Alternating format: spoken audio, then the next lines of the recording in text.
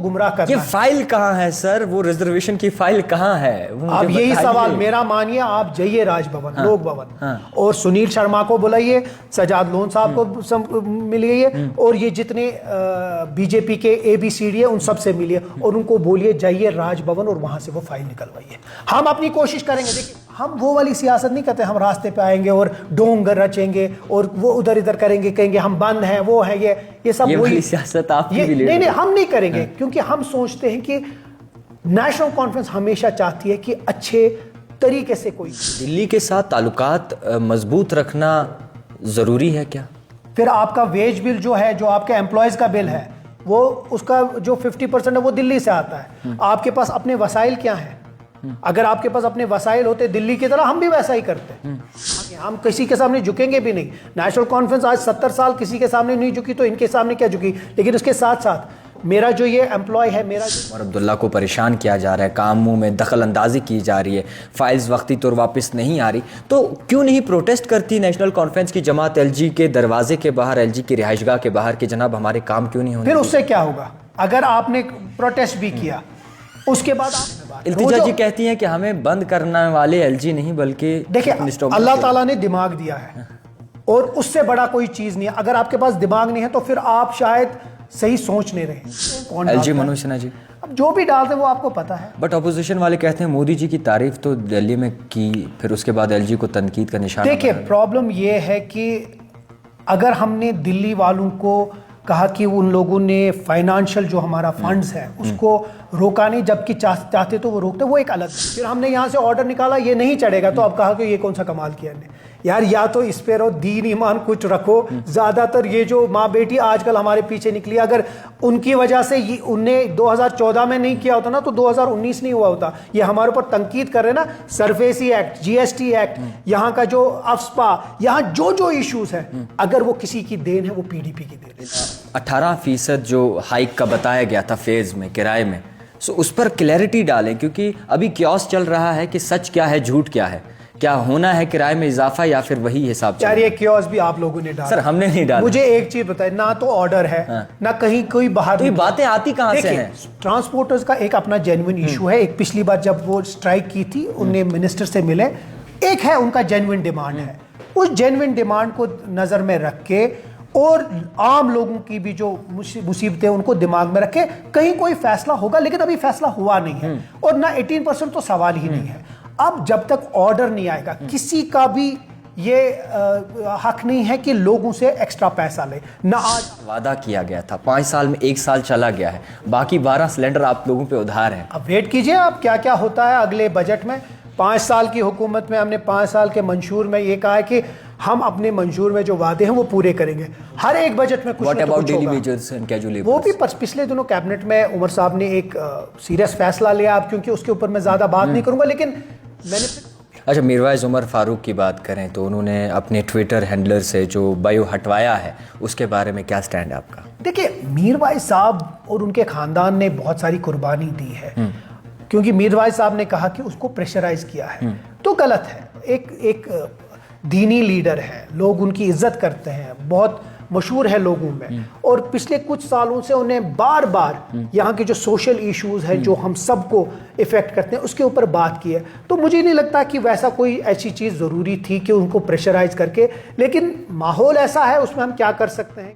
इस वक्त हमारे साथ एक्सक्लूसिव बातचीत करने के लिए मौजूद हैं नेशनल कॉन्फ्रेंस के chief spokesperson Tanveer Sadiq ji, जो कि एक MLA भी हैं। तनवीर सादिक साहब, बहुत ज़्यादा शुक्रिया वक्त देने के लिए। मुझे याद है कि काफ़ी वक्फे बाद हमारी बातचीत हो रही है। सवाल बहुत सारे हैं, लोगों के सवाल हैं और कुछ ऑपोजिशन में जो लीडर बैठे उनके भी सवाल रहेंगे। सो आपसे जानना चाहूँगा मैं, कैसी चल रही है हुकूमत इस वक्त? बहुत सारी मुश्किलात हैं, लेकिन उस मुश्किलात के बावजूद उमर अब्दुल्ला सरकार चाह रही है कि जो जो फैसले या जो जो वादे हमने किए हैं वो पूरे करें। एक दिन में रोम नहीं बना, और एक दिन में या एक साल में जो चीज़ें हमने वादे किए हैं, जो चीज़ हम चाहते हैं वो नहीं हो सकता। लेकिन उम्मीद करते हैं कि जो अगले 4 साल हैं, इस 5 साल की हुकूमत से आखिर से पहले जो जो इंशाल्लाह हमने वादे किए हैं वो पूरे करें। हमारा गर्ज ही ये है, हम लोगों के साथ जुड़े हैं, रोज़ उनके साथ होते हैं, हम समझते हैं लोगों के मसाइल बहुत हैं, लेकिन ये भी हमें समझना चाहिए कि जो प्रेशर्स हमारे ऊपर है, जो प्रॉब्लम्स हमारे ऊपर है, हर किसी तरीके से, चाहे वो फंड्स का हो, चाहे वो इकोनॉमिक हो, चाहे डाल वो कौन रहा है पॉलिटिकल ये हो, प्रेशर? आप जानते हैं कौन एलजी डालता है। मनोज सिन्हा जी। अब जो भी डालते हैं वो आपको पता है। बट अपोजिशन वाले कहते हैं मोदी जी की तारीफ तो दिल्ली में की, फिर उसके बाद एलजी को तनकीद का निशाना देखिए, बनाया। प्रॉब्लम ये है कि अगर हमने दिल्ली वालों को कहा कि उन लोगों ने फाइनेंशियल जो हमारा फंड्स है उसको रोका नहीं, जबकि चाहते तो वो रोकते, वो एक अलग बात है। एक जो JNK की गवर्नमेंट है, एक वर्किंग रिलेशनशिप दिल्ली की हुकूमत के साथ होनी चाहिए, वो एक है। लेकिन मैं इस चीज़ के साथ एक बहुत बड़ी बात बोलूंगा और वो सही बताऊंगा कि बीजेपी के एजेंडा के खिलाफ हम टूथ एंड नील है, जमीन आसमान हो जाए, हम उनके जो एजेंडा है वो हम हमेशा खिलाफ रहेंगे। लेकिन अगर दिल्ली वाले हमें फंड्स देते हैं हमारे सड़कों के लिए, हमारे एम्प्लॉयज़ के लिए, तो मैं शुक्रगुजार हूं। लेकिन जो तरीका है, मतलब मैं आपको ऐसे बताता हूं, यहां कुछ ऐसे ब्यूरोक्रेसी में कुछ ऐसे लोग हैं जो जानबूझ के चाहते हैं कि काम आस्ते हो जाए, कौन काम रुक जाए। अब मतलब जो अपोजिशन, देखिए मैं आपको ऐसे बताता हूं, जो गवर्नर रूल था, गवर्नर रूल से अब इलेक्टेड हुकूमत आए, ठीक है, तो जो अफसर कल मानता नहीं था, अचानक उसको अब आज MLA का भी सुनना है, उसको मिनिस्टर का भी सुनना है, तो वो तो समझेगा ना कि उसको खो गया है। और ब्यूरोक्रेट्स का यहाँ जो 6 साल में एक ताना बाना सब कुछ था, वही सब कुछ चलाते थे, अब अचानक लोगों की हुकूमत आई, लोग उनसे अब सवाल जवाब कर रहे हैं, तो थोड़ा टाइम लगा। उस चीज को टाइम लगने में ही थोड़ा सा कामों में हुआ। जैसे मैं आपको एक चीज बताता हूँ, जो हमारा CDF है, CDF 7 महीने के बाद रिलीज, ठीक है, जबकि होना नेक्स्ट डे चाहिए था। जबकि पिछले जब भी हुकूमत MLA बनता था, उसका CDF जितने भी फंड्स हुआ करते थे वो आस्ते आस्ते रिलीज हुए। आज भी आप देखेंगे कश्मीर में, नहीं तो वर्किंग सीजन नहीं है अब अभी, क्योंकि मौसम ठीक है तो काम हो रहे हैं, हर जगह काम हो रहे हैं। नहीं तो खुद समझिए, जिस दिन इलेक्टेड हुकूमत आनी चाहिए थी, हर तरीके से इसको सपोर्ट होना चाहिए था, चाहे वो लोक भवन है, चाहे वो ब्यूरोक्रेसी है, चाहे वो दिल्ली से।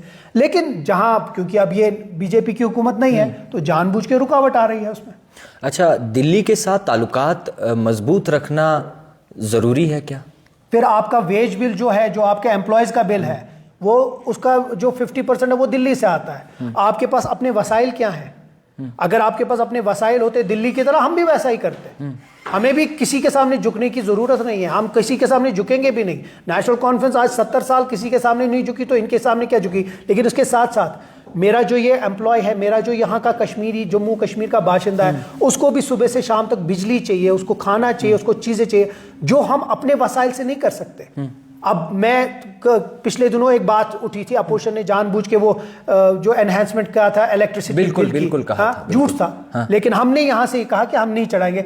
अब जब हम नहीं चढ़ाएंगे तो जो हमारे पास वसाइल है उसी में तो हमें चलना पड़ेगा। कुछ सियासतदान कहते हैं कि वो तोहफे के अंदाज में फिर से पेश किया गया। तोहफा नहीं, हमने कहा हम नहीं करेंगे। आप जो जैसा बोले, अपोजिशन ने पहले कहा कि ये क्यों चढ़ाया, हमने कहा हमने नहीं चढ़ाया, पहले उसके ऊपर एक बवाल किया, फिर हमने यहाँ से ऑर्डर निकाला ये नहीं चढ़ेगा, तो अब कहा कि ये कौन सा कमाल किया ने। यार या तो इस पे रहो, दीन ईमान कुछ रखो। ज्यादातर ये जो माँ बेटी आजकल हमारे पीछे निकली, अगर उनकी वजह से उनने 2014 में नहीं किया होता ना, तो 2019 नहीं हुआ होता। ये हमारे ऊपर तनकीद कर रहे हैं ना, सरफेसी एक्ट, GST एक्ट, यहाँ का जो अफस्पा, यहाँ जो जो इश्यूज है, अगर वो किसी की देन है वो PDP की देन है। इल्तिजा मैं कह रहा हूँ आप वो खुद समझिए ना किसके बारे में बात। इल्तिजा जी कहती हैं कि हमें बंद करने वाले LG नहीं, बल्कि देखिए अल्लाह ताला ने दिमाग दिया है और उससे बड़ा कोई चीज नहीं है। अगर आपके पास दिमाग नहीं है तो फिर आप शायद सही सोच नहीं रहे।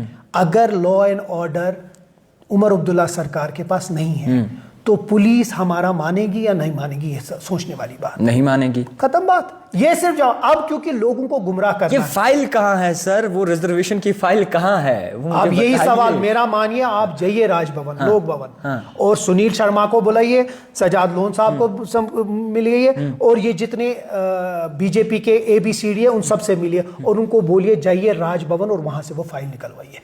हम अपनी कोशिश करेंगे। देखिए एक चीज, हम आपकी कोशिश क्या रहेगी? देखिए हमने एक वादा किया था, हम कमेटी बनाएंगे। हमने वादा किया था हम इसको 6 महीने में कंप्लीट करेंगे। 6 महीने में कंप्लीट हुई, हमने लॉ का ओपिनियन लिया, लॉ का ओपिनियन वापस आया, हमने एक दिन भी नहीं लिया, हमने दूसरे दिन उसको लोक भवन भेजा, हमने अपना प्रोसेस किया। लेकिन इसका मतलब नहीं हमने अब छोड़ दिया, अब हम परस्यू करते हैं कि वो फाइल वहां से आए। देखिए बिजनेस रूल भी है, वो भी उनके पास है।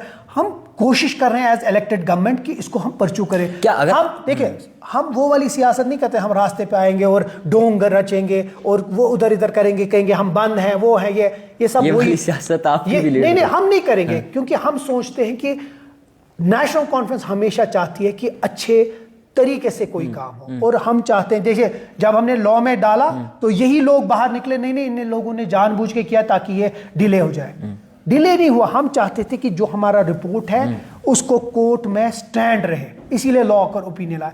अब क्योंकि जब आपकी वसादत से या जो हमारा अपोजिशन है वो जब बात करती है तो लोगों को लगता है ये सच है, लेकिन ये नहीं वो समझते हैं वही पीडीपी वाले हैं, वही पीसी वाले हैं, ये वही अपनी पार्टी वाले हैं, ये वही बीजेपी वाले हैं जिन लोगों ने एक प्रॉस्परस स्टेट को तोड़कर दो हिस्से कर दिए। इससे ज्यादा शायद सानिया जम्मू कश्मीर के साथ नहीं हो। सर कश्मीरी लोगों का एक सवाल है, अगर जम्मू कश्मीर में चीफ मिनिस्टर उमर अब्दुल्ला को परेशान किया जा रहा है, कामों में दखल अंदाजी की जा रही है, फाइल्स वक्ती तौर वापस नहीं आ रही, तो क्यों नहीं प्रोटेस्ट करती नेशनल कॉन्फ्रेंस की जमात एलजी के दरवाजे के बाहर, एलजी की रिहाइशगाह के बाहर कि जनाब हमारे काम क्यों नहीं होने? फिर उससे क्या होगा? अगर आपने प्रोटेस्ट भी किया उसके बाद आपका ये सब कुछ जो आप कह रहे हैं उससे क्या होगा?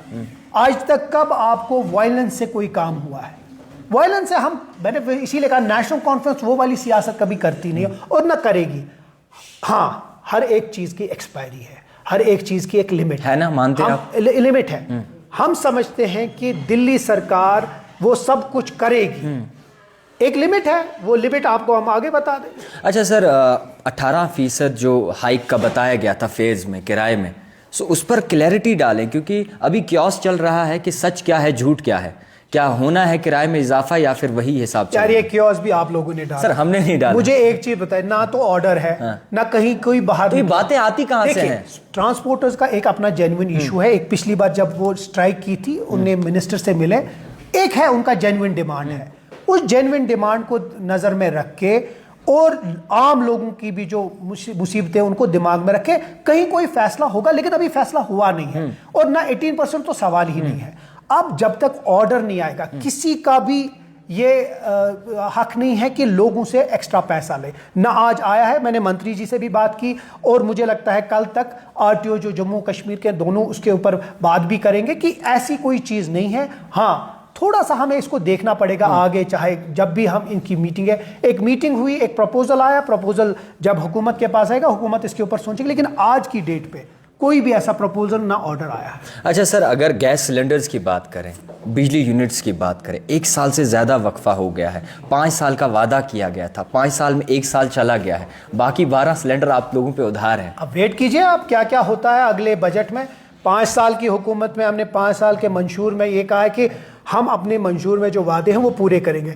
हर एक बजट में कुछ What ना तो about कुछ daily होगा। wages and casual laborers? वो भी पिछले दिनों कैबिनेट में उमर साहब ने एक सीरियस फैसला लिया। अब क्योंकि उसके ऊपर मैं ज्यादा बात नहीं करूंगा, लेकिन मैंने फिर से कहा ये एक चुनिंदा सरकार है, हमें वो एहसास है कि लोग कैसे बाहर निकलकर नेशनल कॉन्फ्रेंस को कामयाब किया। आपको लगता है हमें हमारी अकल नहीं, हम नहीं सोचते हैं कि उनके लिए हमें कोई कुछ करना है? ये हुकूमत कोई ना तो कोई रास्ता हर एक चीज़ के लिए ढूंढेगी, डेली वेजेस के लिए, 200 यूनिट के लिए, गैस सिलेंडर्स के लिए, जो हमारे बच्चे बाहर बंद हैं उनके लिए, जो हमने अपनी 13 गारंटीज और 26 वादे किए हैं वो हम पूरा करेंगे, लेकिन आस्ते आस्ते होगा। मैंने जिस तरह स्टार्टिंग में आपसे बोला कि रोम एक दिन में नहीं बना, और हर एक चीज़ आस्ते आस्ते होगी। अच्छा, मीरवाइज उमर फारूक की बात करें तो उन्होंने अपने ट्विटर हैंडलर से जो बायो हटवाया है उसके बारे में क्या स्टैंड है आपका? देखिए, मीरवाइज साहब और उनके खानदान ने बहुत सारी कुर्बानी दी है, क्योंकि मीरवाइज साहब ने कहा कि उसको प्रेशराइज किया है, तो गलत है। एक